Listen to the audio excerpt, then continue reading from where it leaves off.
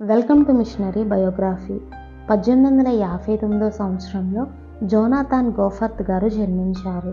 తాను యేసుక్రీస్తు అవసరమని తెలుసుకున్న తర్వాత ఇతరులను కూడా రక్షించాలని తీవ్రతతో చైనాకు మిషనరీగా వచ్చారు.